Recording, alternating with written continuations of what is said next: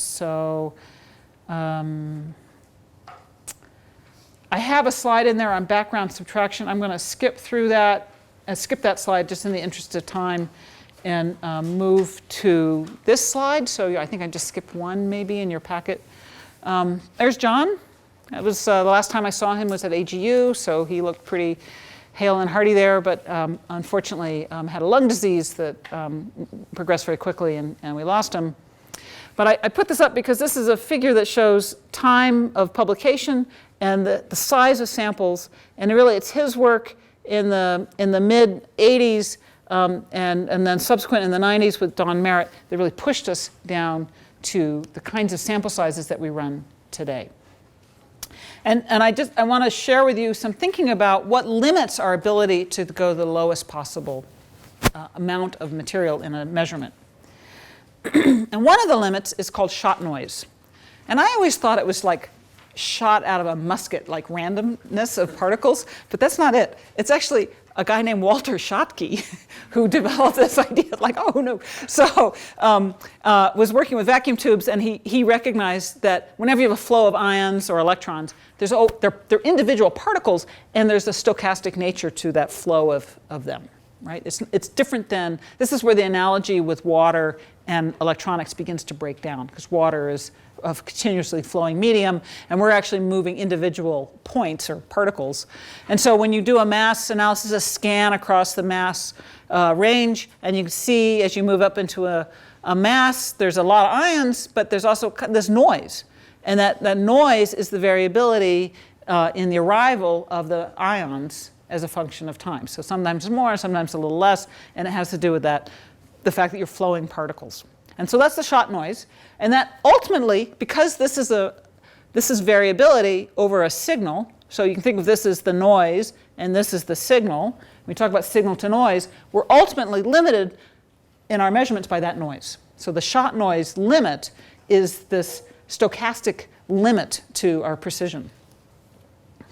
And the more ions you have, the stronger the signal, and that noise doesn't change too much, so you end up having a stronger signal to noise. So at first principles, you can have, if you have bigger ion beams, you have bigger signal to noise. So this is the kind of barrier at which we find ourselves backed up. And so the way we get around that is having more molecules, or we have more efficiency in the production of ions from those molecules. But you have to remember that with isotope ratios, it's not your major ion that limits your precision, it's your minor ion, and that's your rare isotope.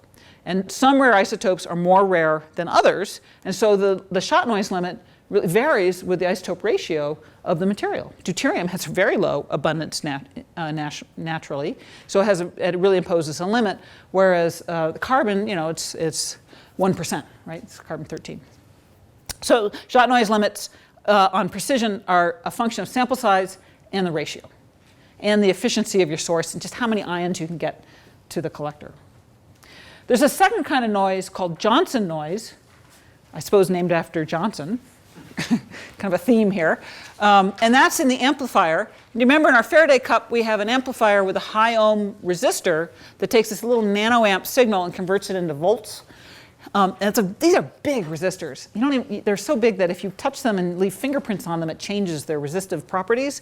So you have to wear white gloves when you work on them, right? We always had these cotton white gloves when we worked on the system, and it reminded me of when I was in middle school, and my mother, middle school, it was junior high in those days, made me go to ballroom dancing lessons as a young thing, and I had to wear white gloves, and I hated it. But then I discovered, you have to dance with these boys, and they've got like really sweaty hands. And I thought, okay, yeah, I get the gloves. I'm good with that. Okay. Anyway, I digress. So don't put your fingerprints on the resistor. Wear your white gloves. So variability in the signal, that's the noise, is a function in any resistor of the size of the resistance. How long you measure will decrease the noise, and the temperature will increase it. So this is another property of sort of electronics. It's well known and well understood.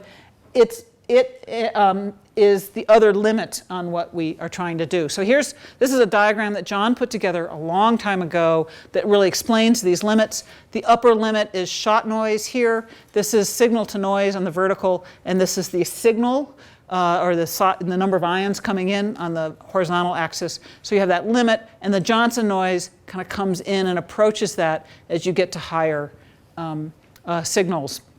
And it ultimately is a limit that is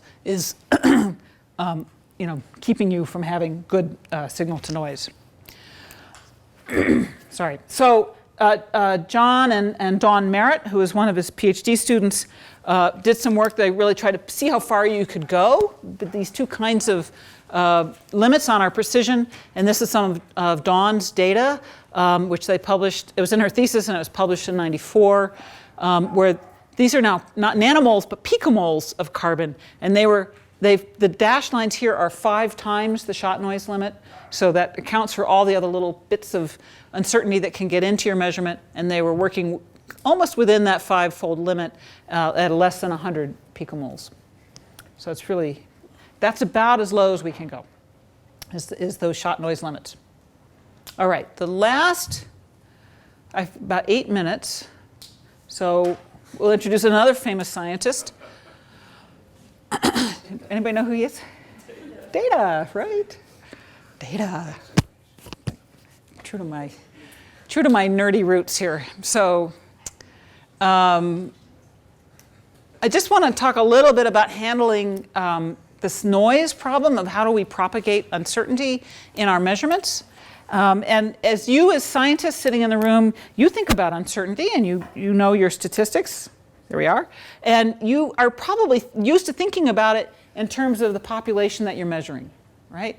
That's where, ecologists especially spend a lot of time thinking about the noise in the natural environment. Geologists do too, but, we're famous for one of the scientists in our pantheon, Carl Tarikian, saying, all you need is one data point and a good idea, right? That sort of defines the ruling view of geochemistry for many decades. John Hayes used to say, well, get 2 points and find a trend. So people who work with ecology or natural populations, they know that you can't just get away with that, so you have to think about those statistics. But I'm actually wanting to focus on kind of these other parts of the noise and how well we know what we know.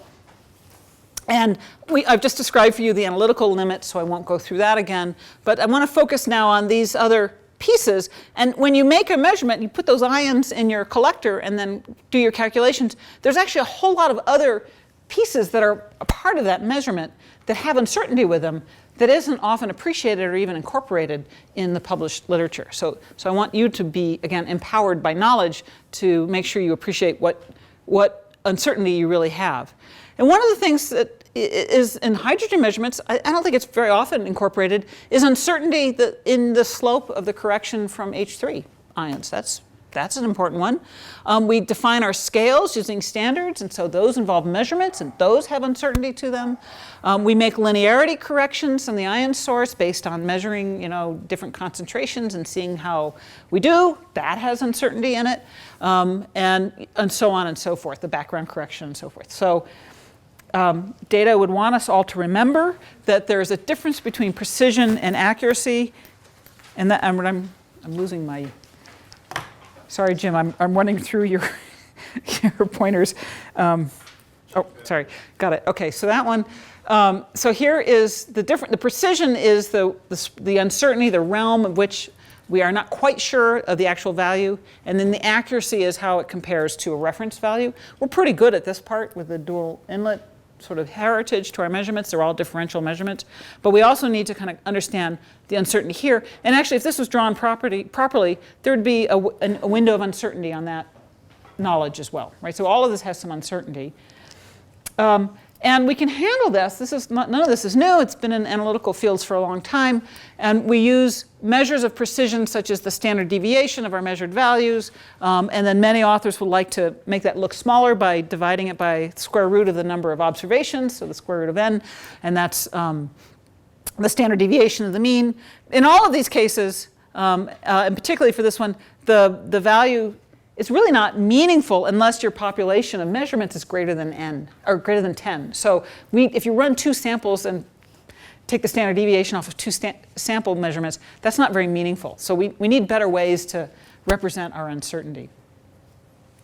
For measured properties, we can use the propagation of uncertainty called the sum of squares, which is the total uncertainty squared is a function of the uncertainty of each component times the differential of that component with respect of the unknown to that particular property. If you work through this, you can find that the equation simplifies to this as long as your errors are really independent of each other. If A, B, and C are really truly independent of each other, then it simplifies to this, particularly if they're added or subtracted. It's a little more complicated if it's multiplicative relationships. But this is a very handy relationship so that the uncertainty in your measurement is just the sum of squares of the uncertainty of each of the pieces of your measurement. So I don't know why I have that slide in twice. So I'm going to go to this one. And there's that same sum of squares relationship. And so these sources of uncertainty that we've discussed could be the shot noise limit, could be the Johnson noise and other digitization errors, could be random influences in the delivery and preparation of your sample. But it also could be, and this is the one that's kind of left out typically in the literature, is the uncertainty in your calibration relationships. And then finally, you get through all of that, then you can get to the natural population that you wanted to study in the first place.